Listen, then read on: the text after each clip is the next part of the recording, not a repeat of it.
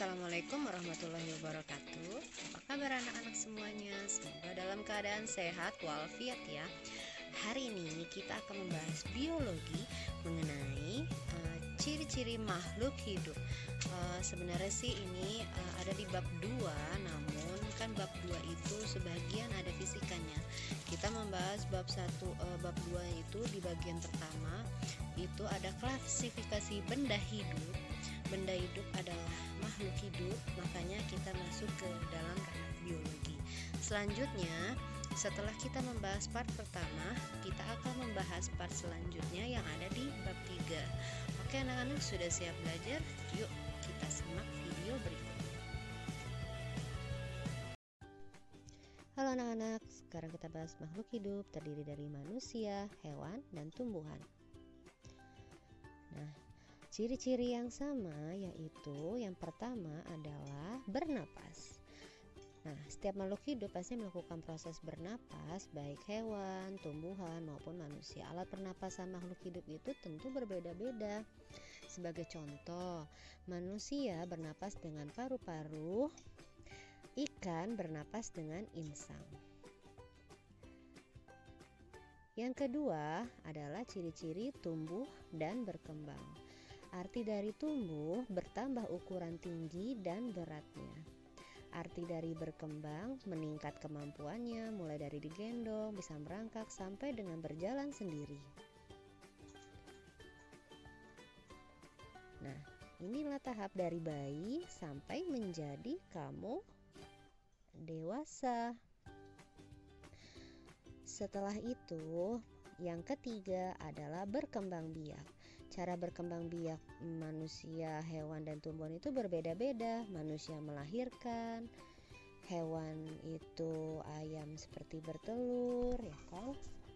Dan tumbuhan menggunakan biji. Yang keempat, membutuhkan makanan. Setiap makhluk hidup pasti membutuhkan makanan. Hewan, baik manusia memerlukan tumbuhan dan hewan sebagai bahan makanannya. Sedangkan sebagian hewan juga memerlukan tumbuhan untuk makanannya. Kemudian yang kelima, bergerak. Hampir semua makhluk hidup itu bergerak. Manusia itu adalah makhluk yang paling sempurna, yaitu kenapa dibilang manusia itu paling sempurna? Karena dia bisa berjalan, melompat, berlari, dan melakukan aktivitas lainnya. Dan yang keenam, peka terhadap rangsangan. Makhluk hidup memiliki kepekaan rangsangan yang berbeda-beda loh. Contoh, kalau manusia, mata silau karena sinar matahari mengakibatkan mata langsung spontan untuk menutup. Daun putri malu jika disentuh akan menutup. Dan hewan kaki seribu jika disentuh tubuhnya melingkar. Dalam mengenal kelompok makhluk hidup, kita butuh sistem klasifikasi makhluk hidup. Dalam mempelajarinya, para ilmuwan mengkelompokkan berbagai makhluk hidup yang dia temukan. Bapak Carl Linnaeus, seorang penulis naturalis berkebangsaan Swedia, membuat klasifikasi makhluk hidup secara sistematis berurutan dengan mengenalkan tingkat-tingkatan dalam klasifikasi makhluk hidup itu.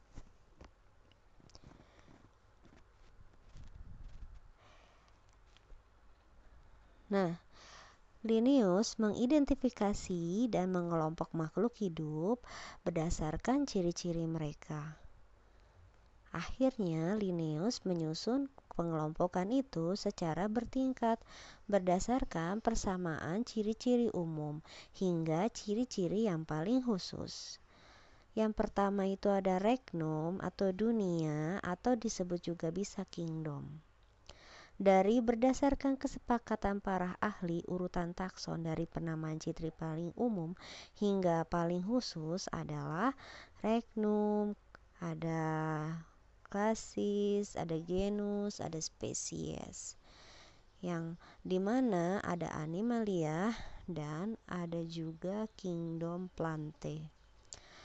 Nah, di sini bisa diberi penamaan dalam berbagai bahasa dengan bahasa ilmiah yaitu regnom atau dunia, phylum untuk hewan, dan divisio untuk tumbuhan, klasis itu ada kelas, ordo ada bangsa, familia itu suku atau keluarga, genus ada marga, spesies ada jenis.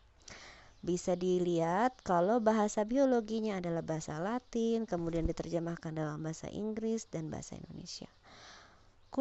Sekarang kita masuk pertama ke spesies. Kucing berlaku jinak terhadap manusia dapat dipelihara adalah kucing rumah. Sedangkan kucing yang hidup dalam alam yaitu adalah yang liar adalah kucing hutan. Keduanya sekilas tampak mirip, tidak ada yang berbeda. Namun, berbeda jenis atau berbeda spesies ternyata.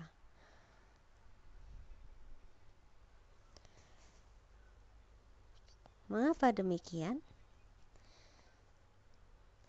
Sesama kucing rumah dapat menghasilkan keturunan dan keturunannya juga menghasilkan keturunan yang baru.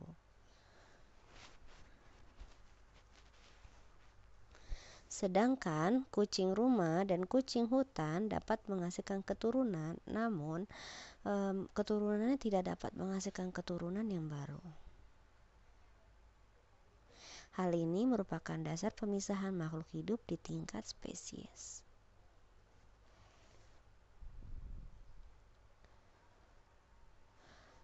Nah, kucing rumah dalam klasifikasi makhluk hidup memiliki posisi dalam bagaimana kucing rumah bergabung dalam klasifikasi makhluk hidup dan hubungannya dengan hewan yang lain. Kucing rumah merupakan sebuah spesies yang dinamakan bahasa ilmiahnya Felis catus. Sedangkan kucing hutan merupakan sebuah spesies yang dinamakan Felis caus. Kemiripan ciri-ciri fisik kucing hutan dan kucing rumah membuat mereka tergabung dalam genus yang sama yaitu genus Felis. Harimau termasuk dalam genus yang berbeda dengan kucing yaitu genus Panthera atau kucing besar. Tadi genus Felis berarti kucing kecil ya. Harimau dan kucing memiliki kesamaan ciri pada kemampuan untuk menyembunyikan kuku mereka.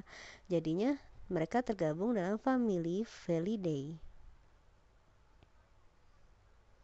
Karena sama-sama kucing dua-duanya, baik kucing besar dan kucing kecil. Lalu beruang termasuk dalam famili Ursidae. Kesamaan ciri beruang dengan harimau dan kucing adalah bergigi taring dan pemakan daging, yaitu dimasukkan dalam ordo Carnivora.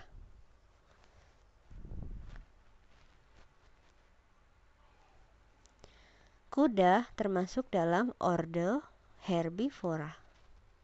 Karena kuda itu memakan tumbuh-tumbuhan kan. Nah, tapi kesamaan ciri kuda dengan beruang, harimau, dan kucing adalah berambut, melahirkan, dan menyusui. Sehingga kelasnya sama, yaitu kelas Mamalia.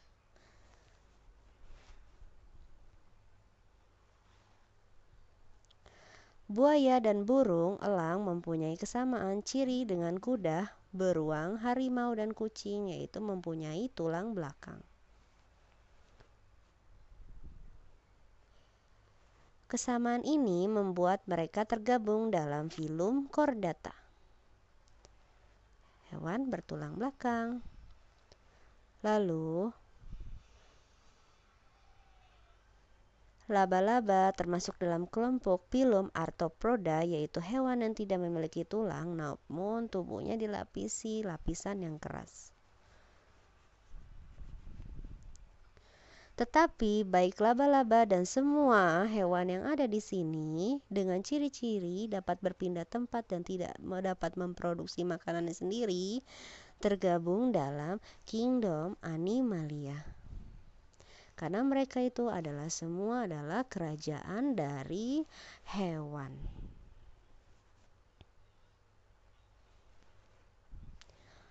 Bagan klasifikasi kucing rumah Felis catus, ya kan? ini memiliki kesamaan dengan beberapa spesies.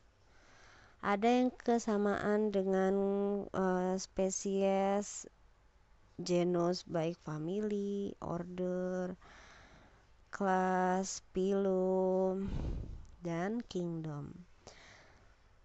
Secara garis besar yang tadi kita kelompokkan menjadi bagan seperti ini. Kucing rumah Felis punya kesamaan dengan harimau Pantrea, begitu juga dengan beruang. Tetapi kebanyakan kucing rumah itu kesamaan cirinya yaitu sama dengan harimau dari genus Pantrea, karena dia bisa menyembunyikan kukunya. Begitu juga dengan hewan yang lainnya juga memiliki kesamaan. Dan seterusnya.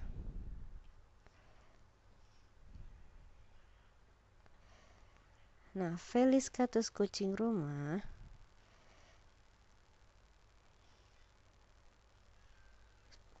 genus Felis itu ada kucing rumah dan kucing hutan, sedangkan genus Pantrea ada harimau dan singa.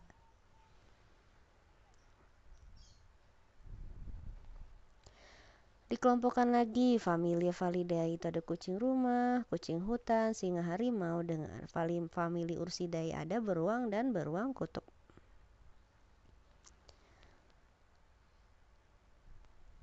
Sekarang kita ke kelompok selanjutnya, ada ordo, yaitu bangsa karnivora dengan bangsa herbivora. Ada kucing rumah di karnivora, kucing hutan, singa, harimau, beruang dan beruang kutub. Sedangkan herbivora ada kuda, sapi, dan kambing. Kita naik tingkatan selanjutnya, ada kelas. Ada kelas mamalia, reptilia, aves, dan pisces, di mana mamalia ada hewan-hewan yang ada di lingkaran tersebut. Reptil ada ular, buaya, aves ada elang, kakatua, dan pisces ada hiu dan ikan pari. Naik ke tingkatan yang lebih tinggi, itu ada filum.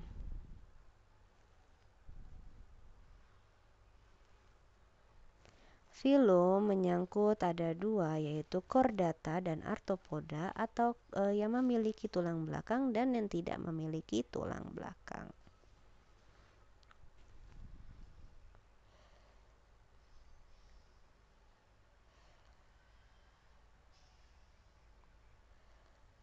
Nah, hewan-hewannya itu yang arthropoda adalah laba-laba kalajengking.